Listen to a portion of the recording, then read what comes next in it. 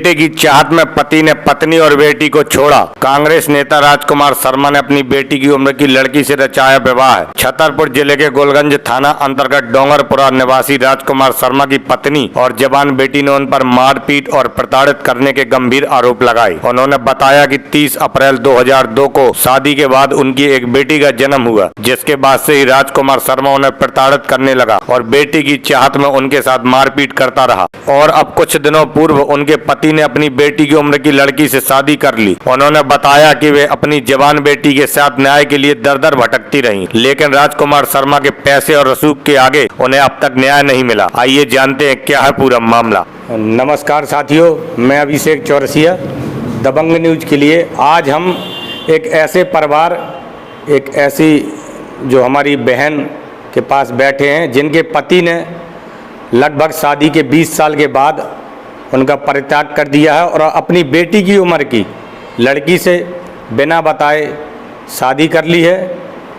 उस शख्स का नाम राजकुमार शर्मा है और सुनने में आ रहा है कि बिजावर क्षेत्र से कांग्रेस के विधायक पद के उम्मीदवार हैं। तो आइए जानते हैं ऐसी दुखियारी बहन की, उन्हीं की मुँह जवानी। आपका नाम? रजनी शर्मा। रजनी शर्मा जी, आपको कब पता चला कि आपके पति ने दूसरा विवाह कर लिया है? 25 नवंबर को। 25 नवंबर को। हाँ। जब आप उनके साथ रहती थी तो उनका बर्ताव आपके साथ कैसा था? मारता पीटता रहा, गाली गलौज देता रहा और बस क्या था, लड़का चाहिए, लड़की नहीं चाहिए। अच्छा, तो लड़के की ख्वाहिश में आपको लगातार वो मारते पीटते रहे? हाँ, बात बात पर। तो कितने साल आप उनके साथ रही हैं? जब से शादी हुई थी। तो अभी लगभग कितने साल से आप अब उनसे अलग रह रही हैं? 3 साल से। इन 3 सालों में आपकी जो बच्ची है उसकी पढ़ाई लिखाई के लिए या स्वास्थ्य के लिए उन्होंने कोई सहयोग किया है? नहीं, कोई नहीं। अभी आप कहाँ रह रही हैं? लोकेश नगर में। लोकेश नगर में आप अपने माता पिता के घर में? हाँ। तो अभी जो आपका भरण पोषण है वो कौन कर रहा है? Mummy papa. मम्मी पापा कर रहे हैं। तो जो आपके पति हैं उन्होंने दूसरी शादी की है, उस बीच में उन्होंने कितने बार आपके साथ मारपीट की है? काफ़ी बार मार चुका था। और जो आपके ससुराल के लोग थे तो उन्होंने कभी आपके पक्ष में बीच बचाव किया या आपका कभी पक्ष लिया? वो तो नीचे। अच्छा, पूरा परिवार ही आपके खिलाफ रहा है हमेशा? हाँ, उसी के खिलाफ रहा, मारता गाली को देता रहा। सब वो बहुत नीचे इंसान है, घटिया इंसान वहाँ का। अच्छा, उसका क्या कहना था कि मुझे बेटा चाहिए? हाँ, बेटी नहीं चाहिए, बेटा चाहिए। आपका नाम? जया शर्मा। जया शर्मा। तो जया शर्मा, अभी जो हमें जहाँ तक जानकारी मिली है कि आपके पिताजी राजकुमार शर्मा ने दूसरा विवाह कर लिया और आपकी मम्मी को ना तो तलाक दिया है ना जानकारी दी है। तो इस विवाह की जानकारी आप लोगों को कब लगी? इस विवाह की जानकारी हम लोग को उसी दिन लगी थी। हमारे जो घर वाले थे वो उन्हें रोकने भी गए तो उन्होंने गुंडे वगैरह लगा के रखे थे, तो इसकी वजह से उन्होंने उन लोग को बंदी बना के रख लिया, जिसकी वजह से वो रोक नहीं पाए। फिर वहाँ से वो लोग निकले, फिर वहाँ से गुलगंज गए। डोंगरपुरा में वो मतलब डोंगरपुरा के साइड रहते हैं ना वो, तो वहाँ से फिर वो गुलगंज थाने गए कि गुलगंज थाने गए तो गुलगंज थाने पे वहाँ पे कोई हमारी एफआईआर नहीं हुई, ना हम आवेदन लिया गया। फिर उसके बाद छतरपुर एसपी के पास गए कि हम आवेदन, तो उन्होंने भी नहीं लिया। फिर उसके बाद लौड़ी आया तो लौड़ी में भी हम आवेदन स्वीकार नहीं किया गया। फिर उसके बाद अभी हमने फ़िलहाल कोर्ट में केस किया है, जिसके 4-5 पेशी हो गई हैं, अभी तक कुछ नहीं हुआ है। तो जब आपके पिताजी, आपकी माताजी और आप लोग डूंगरपुर जो आपने बताया रहते थे आप लोग, तो उनका बर्ताव आपके साथ, आपकी माताजी के साथ कैसा रहा?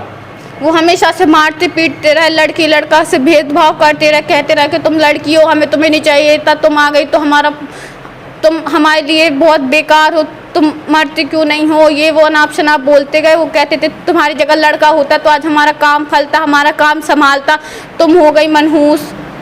मतलब उनका सीधा सीधा ये था कि उन्हें एक लड़का चाहिए था, जो एक संकुचित सोच थी कि लड़के ही आगे होते हैं समाज में। हाँ। तो इस चीज को लेके वो आपके साथ भी मारपीट करते थे क्या? हाँ, हमारे साथ भी मारपीट करते थे, मम्मी को भी मारते थे, जलील किया करते थे सबके सामने।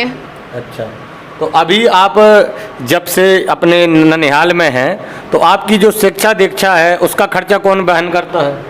हमारी 11वीं 12वीं हमने कहा था कि हमें पढ़ना है, तो उन्होंने कहा कि हमें नहीं पढ़ाना है, अगर तुम्हें पढ़ना है तो तुम खुद पढ़ो। तो 11वीं 12वीं जैसे तैसे हमारे नानी नाना ने करवाई है, और उसके बाद से अपनी पढ़ाई का खर्चा हम ही उठा रहे हैं, और बाकी खाने पीने का सब कुछ हमारे नानी नाना देखते हैं। तो अभी आप लोगों ने, जैसे आपने बताया कि आपकी लगभग 2 से 3 थानों में और एसपी कार्यालय में कोई ना तो शिकायती आवेदन लिया गया, ना एफआईआर दर्ज की गई, तो अभी आपने जो कोर्ट में केस लगाया है तो उसकी पेशियों में उनका आना जाना है? नहीं, वो एक भी पेशी में नहीं आए हैं, ना वो किसी पेशी में आए हैं, और ना ही उन्होंने जो नोटिस लिए हैं, उन्होंने जो नोटिस यहाँ से भेजे जाते हैं तो वापस आ जाते हैं, कहीं पता गलत है, कहीं वो लेते नहीं हैं इस हिसाब से, और वो कोई नोटिस वगैरह कभी रिसीव नहीं करते, ना उनके रिश्तेदार करते हैं। तो जितने आप अपने पिताजी के साथ जितने साल रहे, तो उनका बिहेवियर कभी ऐसा नहीं रहा कि उन्होंने एक औलाद के रूप में आपको चाहा हो, एक पत्नी के रूप में आपकी माँ को चाहा हो?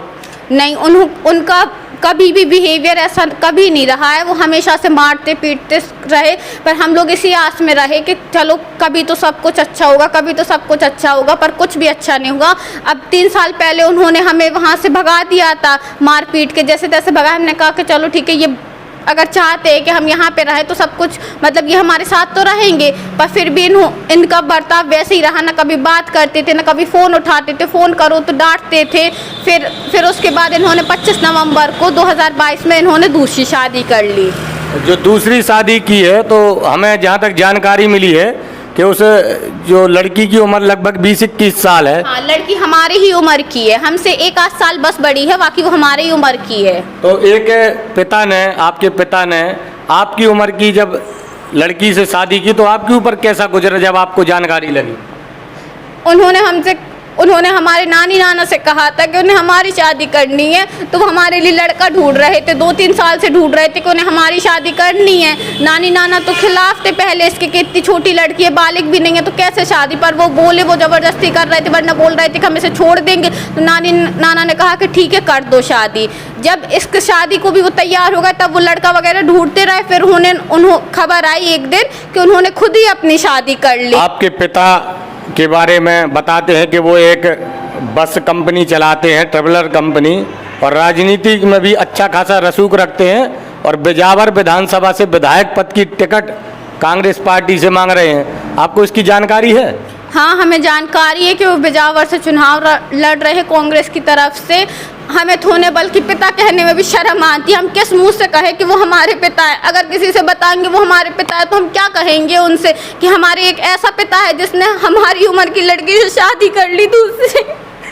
आप अब क्या चाहती हैं कि आपके पिताजी को कानूनी रूप से क्या सज़ा मिलनी चाहिए, उनके साथ क्या होना चाहिए? हमें भारत के संविधान पे पूरा भरोसा है। हम चाहते हैं कि इनके खिलाफ कठोर से कठोर सुनवाई हो और इन्हें तो जेल ही होनी चाहिए। आज आपने देखा कि एक बेटी और एक पत्नी अपनी दुख भरी दास्तान उन्होंने बताई, और राजकुमार शर्मा जो एक बहुत बड़े व्यवसायी हैं और कांग्रेस के नेता हैं, कांग्रेस के विधायक पद के उम्मीदवार हैं बिजावर विधानसभा से, आज उनकी करतूत, उन्हीं की पत्नी और उनकी बेटी की मुँह ज़बानी हमने सुनी।